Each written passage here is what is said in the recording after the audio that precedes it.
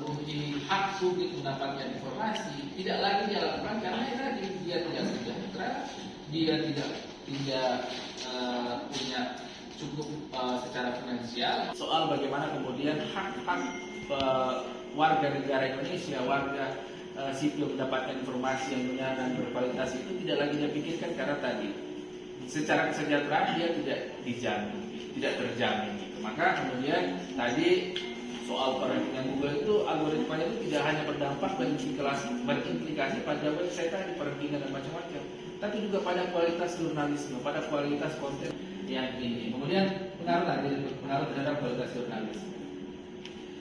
Orang-orang karena tadi saking sulitnya berkompetisi di media digital, saking dibangun oleh Google sendiri, ya, sehingga tadi dia harus menemukan lagi link.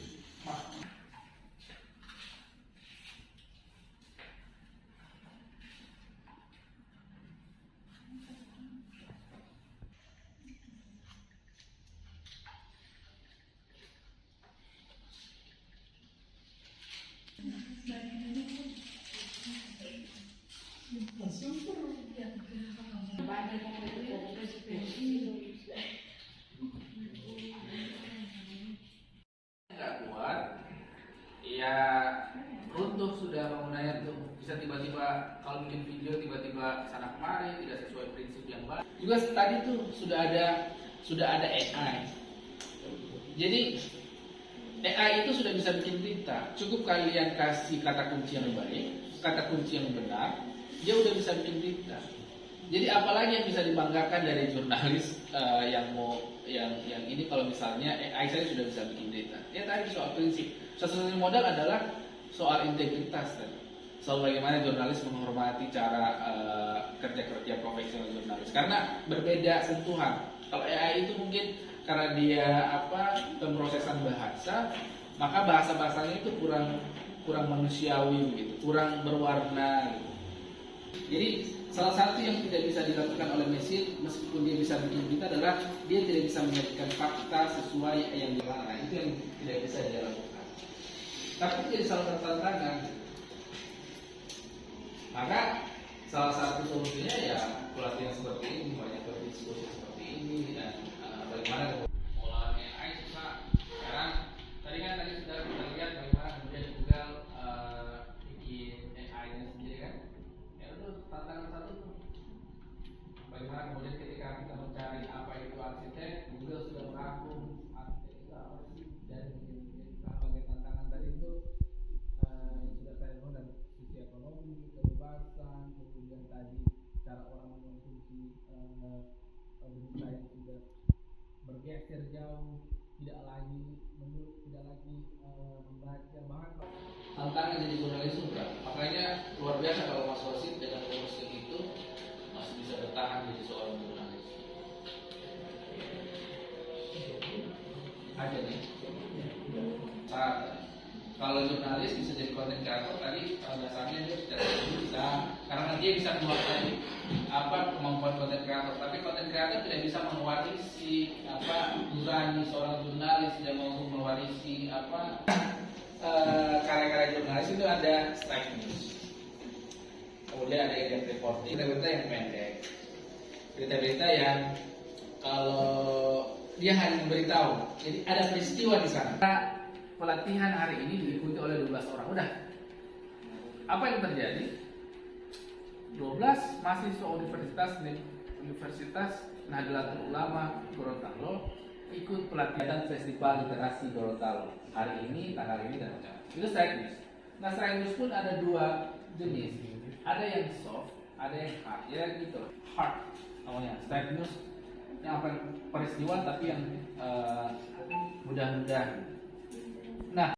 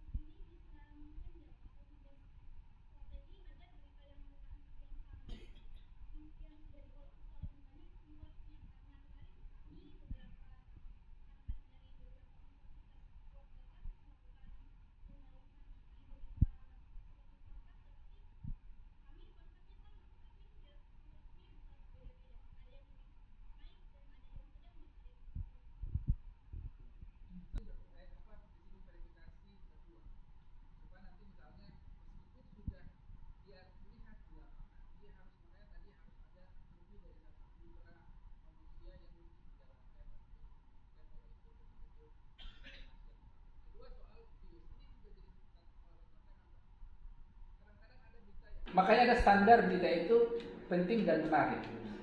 Dulu mau cari views maka penting kan adalah menarik, baru pentingnya. Karena contoh misalnya penting itu kayak misalnya pembahasan APBD di DPRD itu kan penting ya, karena kita tahu berapa APBD yang dibahas, tapi itu kan penting, tapi tidak menarik untuk masyarakat, nggak bakal naik viewsnya. Bagaimana supaya jadi menarik? Ya berarti tadi cari relevansinya. Relevansinya apa? Misalnya APBD paling dekat dengan kita itu adalah misalnya angka uang dan mata yang baca Pak, itu di deskripsi. Makanya sesuatu yang penting, berita yang penting itu perlu disiplin, bukan disiplin, perlu editor atau jurnalis yang paham soal prinsip menarik. Bagaimana cara menemukan relevansi? Relevansi itu apa? Sesuatu yang dekat dengan kita. Misalnya kita mau bikin berita soal 2 hari minum teh sama dia jadi lebih bebas kanker. Setiap hari minum 2 cangkir teh bisa sesuatu yang penting. Jadi sesuatu yang biasa saja dikemas dengan penting, maka jadi menarik karena menemukan relevansi. Orang-orang itu suka membaca sesuatu yang dekat dengan kita. Orang nggak mau baca yang terlalu berat-berat. Orang pentingnya tuh. Apa yang menarik dari misalnya banjir, orang 30 rumah hanyut, ada uang 30 juta hilang. Sesuatu yang dekat dengan itu baru orang membaca. Doi Pak 30. Jadi berita itu tidak menarik buat orang. Bisa jadi karena tadi tidak menemukan relevansinya tuh. Kedekatan dengan isu-isu masyarakat pada umumnya tuh. Atau misalnya di Undugo ada riset soal apa, misalnya soal lingkungan. Gorontalo misalnya, ini anak-anak lingkungan nih, Gorontalo ya Pak, banjir Pak, ya kan gitu. Sesuatu yang menarik. Penting itu 20.000 hutan gundul, tapi kan orang oke, cuma hutan gundul baru apa isu yang dekat dengan orang kalau begitu. Maka cari menariknya, kalau dia gundul berarti kenapa? Apa dampaknya? Banjir Pak, 10 meter Pak. Gorontalo terancam banjir 10 meter gara-gara hutan Gorontalo gundul 10 gunung gundul gitu. Sesuatu yang penting dibaca dengan baik karena itu tadi menemukan relevansi dari investigatif atau misalnya jurnalis investigatif. Tapi investigatif ini kadang-kadang agak harus dipahami dengan baik. Kadang-kadang cara-cara investigasi itu bagaimana? Misalnya dengan cara mengendap-endap, merekam dengan diam-diam, atau misalnya mendapatkan data. Tapi itu bukan karya investigasi. Kenapa? Karena karya investigasi itu dia mendudukan persoalan. Misalnya atau misalnya Ungo kemarin bermasalah soal rektornya. Ya, investigasi itu dia menemukan betul-betul tidak rektornya itu bersalah atau tidak. Jadi dia menunjuk orang tuh. Kalau in-depth reporting dia cuma menyajikan ini. Dia langsung sudah clear ketika orang baca itu, orang clear, tidak lagi mempertanyakan apa-apa karena diinvestigasi. Dia dapatkan rekamannya, dia dapatkan ininya, bocorannya, gitu. Saya percepat ya. Kemudian teman-teman sudah dapat mungkin di SMP, SD dan macam-macam. Ini 5W1H. Ini wajib banget. Makanya fondasinya ini. Mau bikin jadi konten kreator ini juga dasarnya tuh 5W, bisa jadi berita dia. Ya, saya nggak perlu jelaskan satu-satu karena ini pasti siapa yang terlibat. Kalau hari ini siapa jadi moderatornya, bagaimana kegiatannya, siapa saja yang menjadi materi, terus mengapa materi itu harus ada, terus bagaimana materi itu disampaikan, bagaimana penting dulu judul, penting banget, terus kemudian link itu penting, kemudian bodinya ini dan penutup. Kalau kita mau lihat contohnya, misalnya biar aktual ya. Ini judulnya, ini lead-nya, jadi paragraf paling pertama itu adalah lead. Kemudian karena sepanjang maka strike, maka kita disebut sebagai strike news. Wawancara, foto, peristiwa, dan terus wawancara pun kalau jadi jurnalis ya ada tekniknya gitu, tidak sembarang wawancara. Kemudian verifikasi, betul tidak yang dia bilang. Kalau dia bilang Gorontalo itu mau gempa besok, ya maka harus diverifikasi, misalnya ke BMKG dan macam-macam. ini teknik menulis 10 mahasiswa Ungo menerima materi soal jurnalis di kantor IAI. Itu yang paling penting tuh. Oh, ini berita soal anak-anak umum terima materi pelatihan di kantor IAI. Kalau strike news ya singkat dan padat, jangan terlalu panjang. Sekarang itu juga kemudian jadi bergeser. Jadi yang biasanya satu paragraf itu 2 kali 3 kalimat, sekarang tuh ada satu paragraf itu 1 kalimat. Karena kenapa? Supaya orang ketika baca tuh dia nggak pusing-pusing mau mikirin sekali cuma berapa kata, ya. Berapa satu kalimat, satu paragraf, satu kalimat, satu paragraf, satu kalimat, satu paragraf. Contohnya. Kalau dulu mungkin kita menang, oke, satu paragraf itu ada 3 kali, kan menyesuaikan dengan selera orang. Kenapa? Supaya informasinya dia mau baca, informasinya tersampaikan dengan baik. Kalau kita mau kejar-kejar pada standar-standar tadi, maka karena orang bergeser cara bacanya, orang nggak tahu apa yang baca itu. Baru lihat naskahnya saja udah panjang sekali. Dan tugas jurnalis adalah menyederhanakan informasi yang besar itu menjadi berita yang pendek dan mudah dimengerti sama masyarakat. Karena misalnya berita soal statistik, kan nggak mungkin masyarakat membaca itu harus paham soal statistiknya, bahasa-bahasa yang orang mengerti. Sampai situ sebetulnya materi saya karena mau dipercepat. Mungkin saya lebih dulu ada atau berpengalaman di bidang jurnalistik gitu. Jadi kita berbagi. Jadi sumber ini yang paling tahu. Artinya kita punya latar belakang dan pengalaman, dan saya yakin teman-teman bisa berbagi juga dengan saya. Jadi kalau bicara tentang sampai di biasanya dimintakan untuk live secara langsung. Jadi melaporkan dari tempat kejadian. Jadi bukan hanya menuliskan secara naskah, kalau menuliskan ya, biasanya kalau lihatnya reporter gitu. Beda lagi dengan presenter ya. Kalau presenter dia ada di stasiun TV, kemudian dia membacakan teks yang sudah dibuat oleh wartawan. Banyak gitu. Kalau lihat saya juga bisa. Saya di Ayu TV. Ya, jadi kita santai saja ya sama jurnalistik televisi. Ini sebenarnya menjadi seorang jurnalis televisi itu punya TV begitu.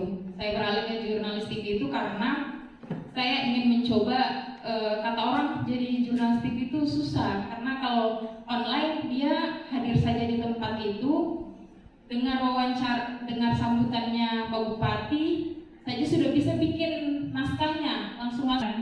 Seberapa berat sih jadi jurnalis TV begitu? Nah, saya berdiri dan ternyata berat. News itu saya tidak punya pengalaman yang lebih dalam dunia jurnalistik TV. Ya mungkin itu salah satu rezeki dan juga kemampuan yang ya saya tahu juga yang saya pelajari. Jadi kadang-kadang kita itu belum mencoba saja bahwa menjadi seorang jurnalis televisi itu tantangannya cukup berat karena kita memang harus selalu ada di lapangan. Susah itu jurnalis TV itu baku copy paste karena DP gambar harus real di lapangan. Kalaupun mau minta gambar sama teman itu nanti bisa sama begitu. Jadi susah dan tidak ada teman yang mau menitipkan gambar video karena kita butuh gambar video yang banyak stoknya. Jadi tidak bisa itu walaupun yang mau ditayangkan di TV dapatkan angle terbaik karena kalau di dunia jurnalistik TV itu primadonanya itu adalah gambar itu. DP video itu yang jadi primadona. Jadi bahkan naskah itu hanya sebagai penunjang kalau videonya itu bagus. Makanya kalau di jurnalistik online dia foto kan, tapi penjelasannya itu lebih banyak di naskahnya. Dia menjelaskan isi dari berita yang ingin kita sampaikan. Jadi makanya antara jurnalistik online dan jurnalistik TV itu dari cara penulisan itu beda. Artinya kalau misalnya di jurnalistik TV penggunaan kata itu harus seefisien mungkin, karena dia seefisien mungkin menggunakan kata karena penjelasan lebih lengkapnya itu di gambar. Makanya jangan sampai juga ketika menulis berita TV itu yang sudah dijelaskan gambar kemudian diulang lagi terus di naskah. Jadi bosan itu orang mendengarkan gitu. Harus efisien mungkin. Contohnya seperti misalnya kita menjelaskan Pantai Kurnai setiap weekend itu ramai dikunjungi wisatawan. Gitu. Ramai dalam artiannya seperti apa? Dan sampai gambar yang orang tunjukkan ramai ini ketika orang tag DP video ternyata tidak ada orang. Kalau beberapa orang ini mungkin dia penjaga kebersihan yang lalu lalang. Jadi bikin kayak sampai berita itu. Yang orang tidak percaya, mana ini dia bilang ramai ini. Nah itu boleh jadi salah satu tantangan jurnalistik TV. Ketika apa yang saya sampaikan, jadi langsung bertanya saja begitu. Jadi pendapat. Baru ada keduanya, yaitu fakta secara peristiwa dan pendapat. Nah contohnya, kalau fakta secara peristiwa itu adalah ketika reporter itu dia langsung menggambarkan secara langsung kondisi lapangan.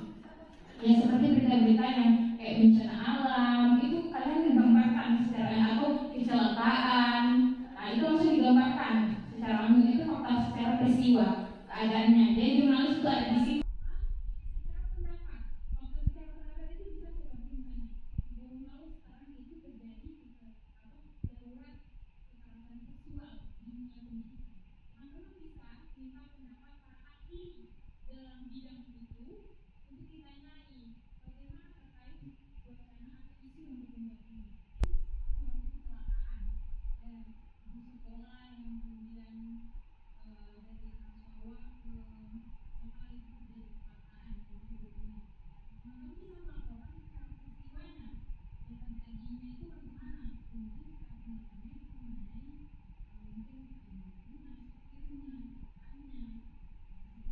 Kualitas jurnalistik itu premium, gitu, tidak asal-asal meraih. Jadi ada tekniknya. Jadi buat video itu tidak sesimpel video ini apa. Kalian mau menunjukkan bahwa kegiatan ini mahasiswa ini yang ikut kegiatan ini sangat antusias, sedangkan kursi kosong itu bikin pemirsa tidak lihat. Anggota tidak tertarik, tidak banyak saja di peserta perusahaan ini atau apa. Jadi sebisa mungkin jurnalis kalau dia ingin menjelaskan bahwa kegiatan ini ramai, lebih fokus kepada objeknya ini dia sedang ngapain begitu. Kalau orang ambil dari sejajar batu ini dari dagu sampai ke atas itu close up. Nah kalau orang sementara bicara yang dia menggunakan bahasa tubuh yang dia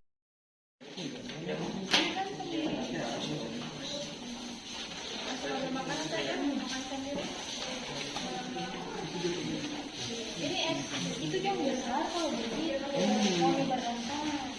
Oh iya, udah kan ini tadi.